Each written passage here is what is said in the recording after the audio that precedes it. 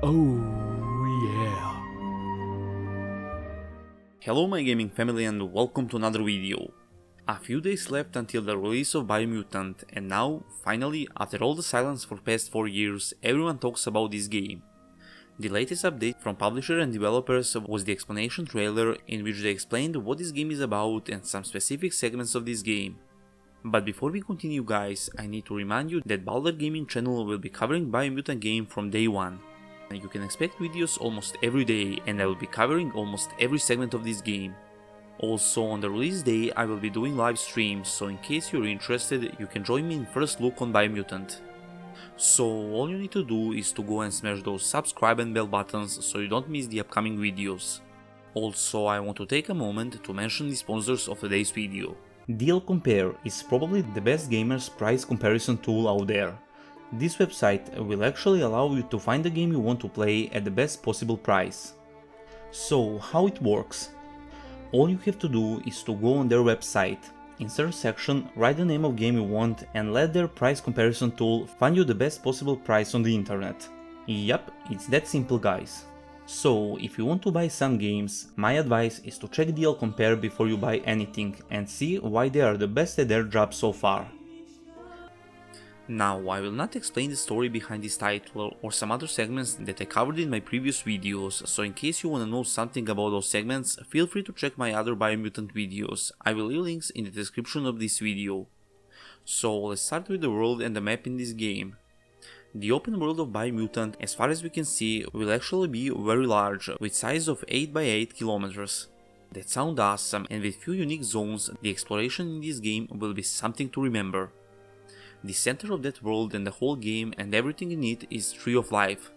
This huge tree, which roots connects all parts of the world, needs saving from oil that comes from the ground and the world eaters, who are by the way big world bosses, that destroys its roots. Besides this main goal in the game, in that explanation trailer the developers talked a little about tribes and aura/karma system. So there will be 6 tribes in this game, and every tribe will have its master that have mastered one specific Wang Fu style and he trained his disciples in that. So you will need to choose one of the tribes at the beginning of the game, and the progression with that tribe will probably give you the opportunity to learn some new moves and Wang Fu styles. When it comes to that aura system, also in the beginning you will be able to choose between dark and light aura. The tribes are also split and 3 of them are light aura tribes and other 3 are dark ones. The light ones want to save Tree of Life, while 3 others want quite opposite, and they believe that in order to save the world they need to cleanse it from everything they think is bad. Tribes are also in mutual conflict and you as a player will have a big role in that war.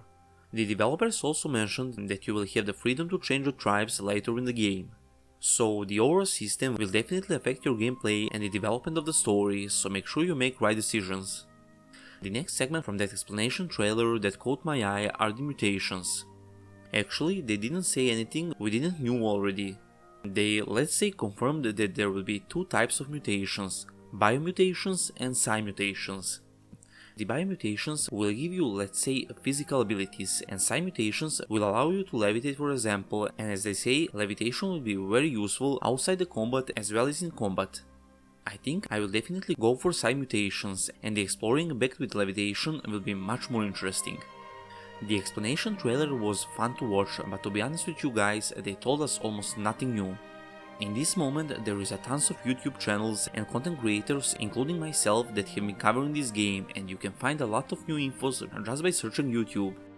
The developers wants to get us into the game slowly by providing us with few infos from time to time, which is okay and understandable, but they don't stop content creators to search every corner of the internet and dig something new every day. When I mention the content creators, I want to give huge shout out to my friend and colleague Ryan, who have been covering this game for a while and his content is really amazing, so make sure you check him out guys and give him a proper support. Also, when it comes to the information, the creative director from Experiment 101 had an interview with Kodiak from Legacy Gaming and he answered on some interesting questions. So let's check some of them, which are in my opinion interesting ones, and see what he had to say. So the Kodiak asked about mounts and mount aiming, and Stefan explained 3 ways to get mount in the game. Living creatures 2 ways of acquiring, finding the right peep, seed, find the one that matches the creature when you explore, and then it is your mount to use. Shops from tribes can sell their own mounts, so worth exploring each tribe. Story-specific mounts. The side character may or may not give you mounts in certain situations. For example, Soul, a character somewhere in the furthest corner of the map, the character that climbs out of the suitcase, gives you a wicked mount. This is actually great, cause in order to get mount, and there will be a lot of them in the game, you will be able to search for them using some kind of seeds, to get some from quests and NPCs around the world, and to purchase some from the vendors. The next question Kodiak asked was, will scaling level system and difficulty work together, and Stefan said next. Yes, makes it so enemies still are hard, which means that we could have even better crazier weapons to match the level scaling. And make sure that game is always fun and you're not just always rolling the enemies easily at every stage. He also added that the map is diamond shape, the further you go into the world, the more difficult the enemies will be. So if you just run from your starting point far away on the map, you will face the toughest enemies, just be massively underleveled, but you could add if you want. One of the questions was related to luck, and luck is a really important set, so let's see what Stefan had to say about it. The better luck you have, the better the item that drops. For example, there is a loot table with percentage chance, so if you buff your luck chance, you end up higher on the loot table, and therefore a better chance at a weapon. And when you mention looting, the Kodiak also asked about randomized looting in the world, and Stefan said next. Yes, it is randomized, but some parts are not, for big powerful weapons where you have to collect multiple parts that are always in specific locations. But loot is always randomly dropped unless it is shown to you, for example in a locker with a full biohazard you need. A lot of side characters have special rewards, like crafting items or weapon types, so talk and explore. Loot boxes that glow a certain color drop weapons of certain rarity, but may drop a higher rarity, although a very rare chance. So one more sign that the exploring will be very interesting and also very rewarding, cause searching for loot boxes around the world will provide you with some good items and will make your gameplay experience much better. There have been a lot of interesting questions, and if you're interested you can go to Legacy Gaming channel and watch the complete interview. And that would be it for this video guys, I hope you enjoyed and found some information useful. A like on this video would be super appreciated, and don't forget to subscribe. Biomutant is coming in a few days, so I will do live streams and make some interesting videos, guides and tips, so you definitely don't want to miss that. You can also find me on social networks, and in case you want to support the channel in the long run, consider becoming a Patreon, if you like of course. All the links are in the description.